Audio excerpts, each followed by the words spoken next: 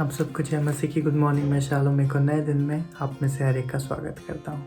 मैं आशा करता हूँ कि आप लोग सब सुरक्षित हैं और अपनी जगह पर सेफ हैं। मैं एक बार फिर से आपको याद दिलाना चाहता हूँ कि जो हमारी वेबसाइट का लिंक है वो हमने डिस्क्रिप्शन में दे रखा है, तो आप जाएँ उस लिंक को चेक कीजिए और जो हमारी मैगज़ीन और पेमेंट्स है उससे रिलेटेड सारी इन्फॉर्मेशन आपको वहाँ जाके मिल जाएगी। और कल और हर बार की तरह हम आपसे इस संडे को लाइव जुड़ेंगे फेसबुक पे, और वहाँ पे हम लोग सुबह 10 बजे आपसे लाइव जुड़ेंगे। तो भूलिएगा नहीं, सुबह मॉर्निंग 10 बजे हम लोग लाइव आपसे जुड़ेंगे आराधना में और लाइव वचन में। तो आइए हम लोग आगे बढ़ेंगे, परमेश्वर के वचन में से एक बात पढ़ेंगे।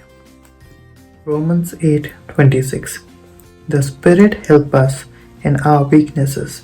We do not know what we ought to pray for, but the Spirit Himself teaches us for us with groan that word cannot express.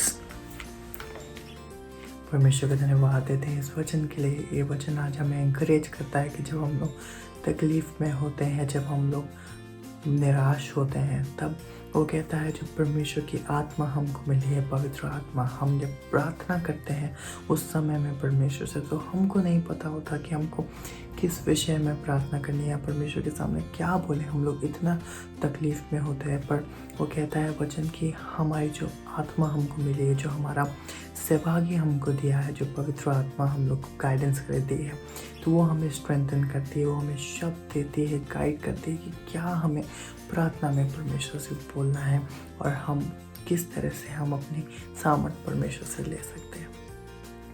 तो आइए हम लोग आगे बढ़ेंगे, सुनेंगे उस गीत को, उसके बाद बढ़ेंगे हमारे मेन वचन में।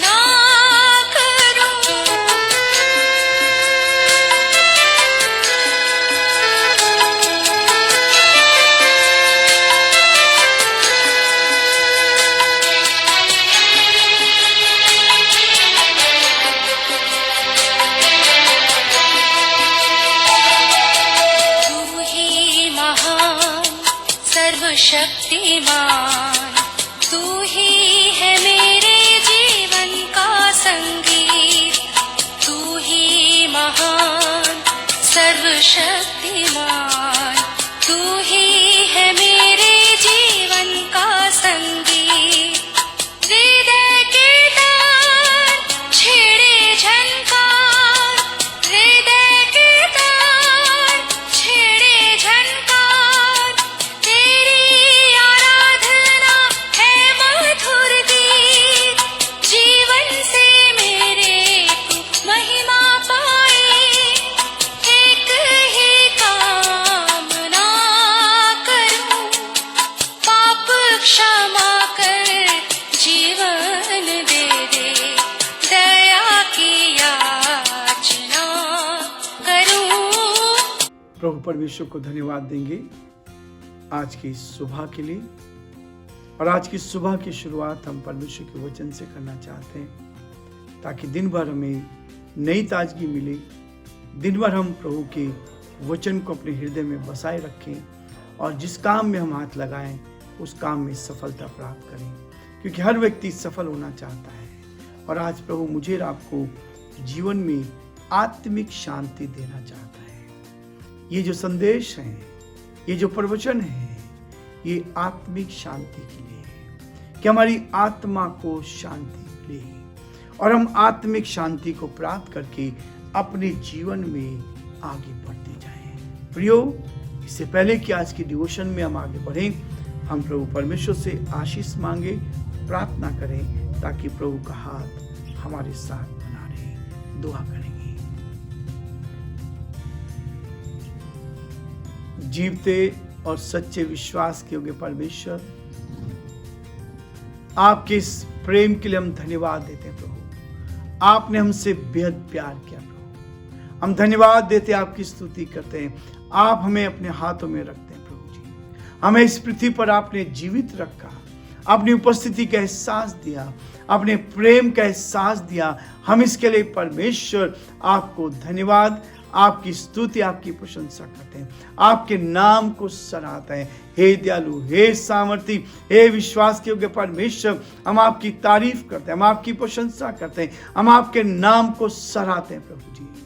हम प्रार्थना विनती करते हैं प्रभु उन भाई बहनों के लिए जो अपने बिस्तर, बीमारी के बिस्तर पर है प्रभु जी, जो बीमारी से अस्पताल में भरते हैं प्रभु जी।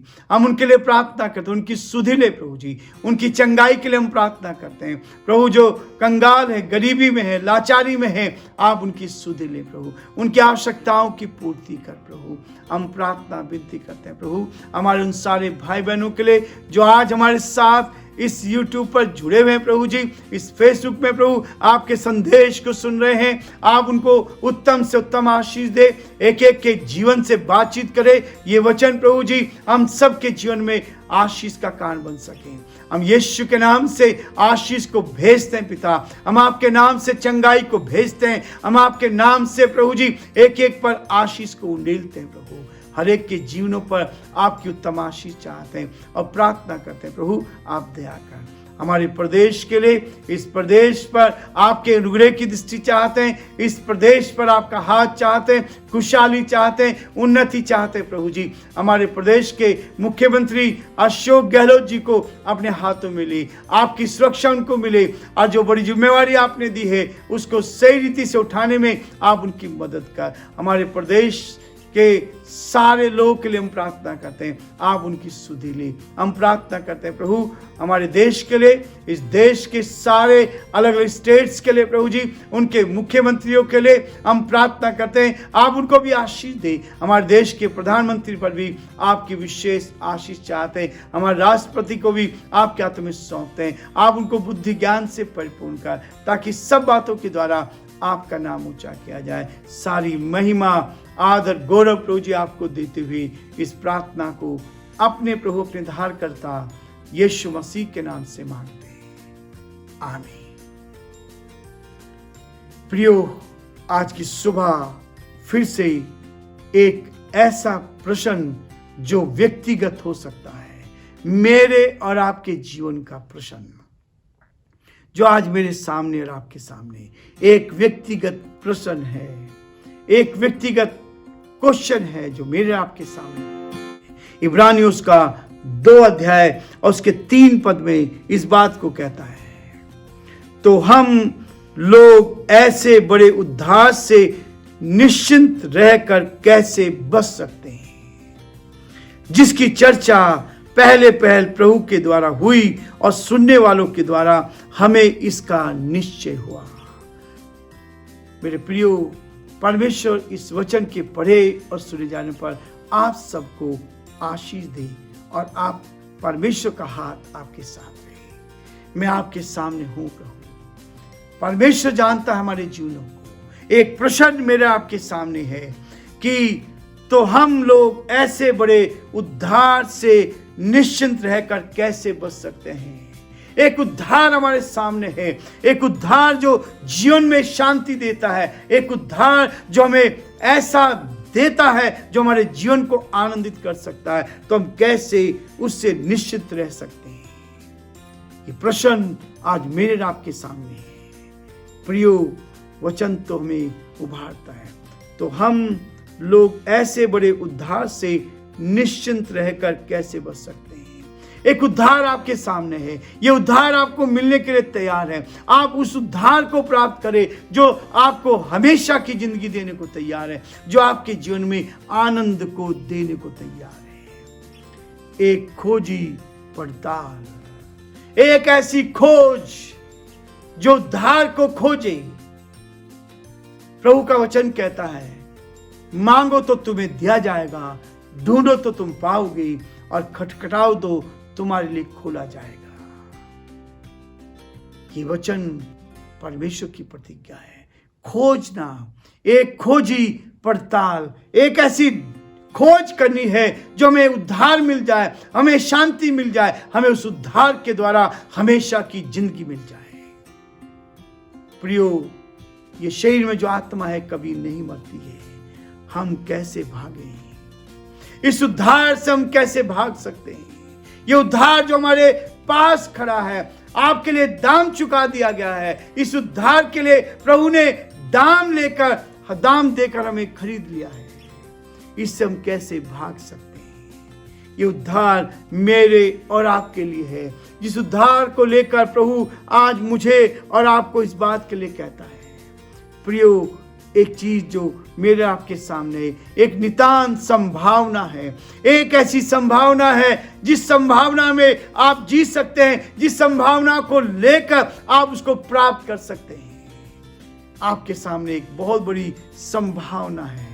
यदि हम उसकी अवहेलना ना करें, यदि हम उसकी अवहेलना ना करें, उसकी आज्ञा का पालन करें, उसकी इच्छा का पालन करें, उसकी मर्जी के अनुसार चले, तो आपके सामने एक नितांत संभावना है जिसको आप ले सकते हैं, जिसको आप पकड़ सकते हैं, जिसको अपने जीवन में ले सकते हैं। प्रभु यीशु मसीह ने कहा, प्रकाशित वाक्य 3:20 में कहता है, देख मैं तेरे द्वार पर खड़ा हुआ खटखटाता हूं, यदि कोई मेरा शब्द सुनकर द्वार खोलेगा तो मैं उसके साथ भीतर आकर उसके साथ भोजन करूंगा, उसके साथ संगति करूंगा। देख मैं तेरे दिल के द्वार पर खड़ा हुआ खटखटाता हूं। प्रभु रोज इस वाणी को सुबह दे रहा है, रोज हमारे दिल के द्वार पर खड़ा हुआ खटखटा रहा है। यदि कोई मेरा शब्द सुनकर द्वार खोलेगा तो मैं उसके साथ भीतर आकर उसके साथ भोजन करूंगा। यदि हम उसकी आज्ञा का पालन करते हैं, एक सर्वश्रेष्ठ आपूर्ति, एक ऐसी सर्वश्रेष्ठ जो हमने खोया था, उसको पाने के लिए प्रभु ने इतना विशाल उद्धार रखा है, इतना बड़ा उद्धार रखा है जो हमेशा की जिंदगी देने को तैयार है। आपको कुछ करने की आवश्यकता नहीं, केवल पश्चाताप करने की आवश्यकता है। एक ऐसा उद्धार मेरे और आपके लिए है जो समस्त जाति के लिए, समस्त देशों के लिए, सारी दुनिया के लिए है। उसने किसी एक विशेष जाति के लिए या एक विशेष देश के लिए नहीं, उसने सारी दुनिया के लिए ये सर्वश्रेष्ठ आपूर्ति की है। उन सबको भरना चाहता है, वो सब जो हमने खोया था उसको वो देना चाहता है। भागने का मौका नहीं होगा, हम इससे भाग नहीं सकते हैं, हम इससे भाग नहीं सकते हैं। इब्रानियों उसका 12वां अध्याय और उसके 25 पद में कहता है, सावधान रहो और उस कहने वाले से मुंह ना फेरो, क्योंकि वे लोग जो पृथ्वी पर के चेतावनी देने वाले से मुंह मोड़कर न बच सके, तो हम स्वर्ग पर से चेतावनी देने वालों से मुंह मोड़कर कैसे बच सकते हैं। प्रियो, संसार के लोग चेतावनी दे रहे हैं, हम उनसे नहीं बच सकते हैं। तो कहता है कि जो स्वर्ग से चेतावनी देने वाले से मुंह मोड़कर हम कैसे बच सकते हैं। वो स्वर्ग से आपको देख रहा है, उसकी आंखें आपके ऊपर है, वो आपके जीवन को देख रहा है, वो आपके जीवन में एक बड़ा काम करने जा रहा है। आपके जीवन में बड़ा काम करना, उसकी आंखें सदैव आपके ऊपर लगी रहती है, उसकी आंखें हमेशा आपके ऊपर लगी रहती है, वो आपको देखता रहता है। आज हम देखते हैं सब जगह सीसी कैमरे लगे हैं, लेकिन परमेश्वर की आंखें आपको निरंतर देखती रहती है। एक और चीज कहता है, वो अवहेलना करने वाले, इनकार करने वालों के समान साधारण है। जो इनकार करते हैं, जो प्रभु का इनकार करते हैं, लूका उसका 14 अध्याय और उसके 18 पद में यहां कहता है, पर वे सब के सब क्षमा मांगने लगे, पहले से उससे कहा, मैंने खेत मोल लिया है और अवश्य है कि उसे देखूं। मैं तुझसे विनती करता हूं, मुझे क्षमा कर दे। एक राजा ने भोज किया था। उस भोज में उसने लोगों को आमंत्रित किया, लेकिन उस भोज में वे नहीं आए और लोगों ने बहुत सारे बहाने बनाए और उस बहानों में कहता है, पर वे सब के सब क्षमा मांगने लगे। निमंत्रण दिया गया था, हमें बुलाया गया था। परमेश्वर आज भी बुलाता है, प्रभु हमें बुलाता है, लेकिन हम क्या करते हैं? उसकी आज्ञा का इनकार कर देते हैं। उसकी आज्ञा का इनकार कर देते हैं। इनविटेशन उसने दिया है, हमें उसने अपने चरणों में लिया है ताकि हम उसकी आज्ञा का पालन करें। उपहार का तिरस्कार करने पर दंड मिलता है। जब उपहार दिया जाता है, उसका तिरस्कार आपने किया तो उसका दंड हमें मिलता है।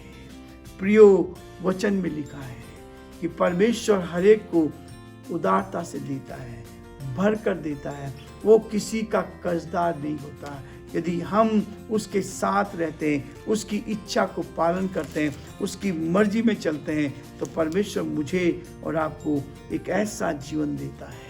इब्रानियों उसका 10 अध्याय 29 पद में लिखा है, तो सोच लो कि वह कितने और भी भारी दंड के योग्य ठहरेगा, जिसने परमेश्वर के पुत्र को पांवों से रौंदा और वाचा के लहू को जिसके द्वारा वह पवित्र ठहराया गया था अपवित्र जाना है और अनुग्रह के आत्मा का अपमान किया है। इस सृष्टि का मालिक आपको आह्वान कर रहा है, वो आपको उपहार दे रहा है, वो आप उसका तिरस्कार कर रहे, और तिरस्कार करने वाले के लिए कहता है कि तो सोच लो कि वह कितने और भी भारी दंड के योग्य ठहरेगा, जिसने परमेश्वर के पुत्र को पांवों से रौंदा है। प्रियो, आज बहुत सारे लोग विरोध करने वाले हैं, परमेश्वर के इस वचन का विरोध करने वाले हैं, लेकिन परमेश्वर का वचन कहता है कि वो कितने दंड के योग्य ठहरेंगे। वो जीवते परमेश्वर के साथ हमारा एक ऐसा प्रश्न वो करता है, हम कहाँ होंगे, हम कहाँ होंगे। प्रियो, आज की सुबह परमेश्वर हम सबको बहुत आशीष देना चाहता है ताकि हम उसकी महिमा कर सके, उसके नाम को धन्य कह सके। प्रभु आप सबको बहुत आशीष दे और प्रभु का हाथ आपके साथ बना रहे।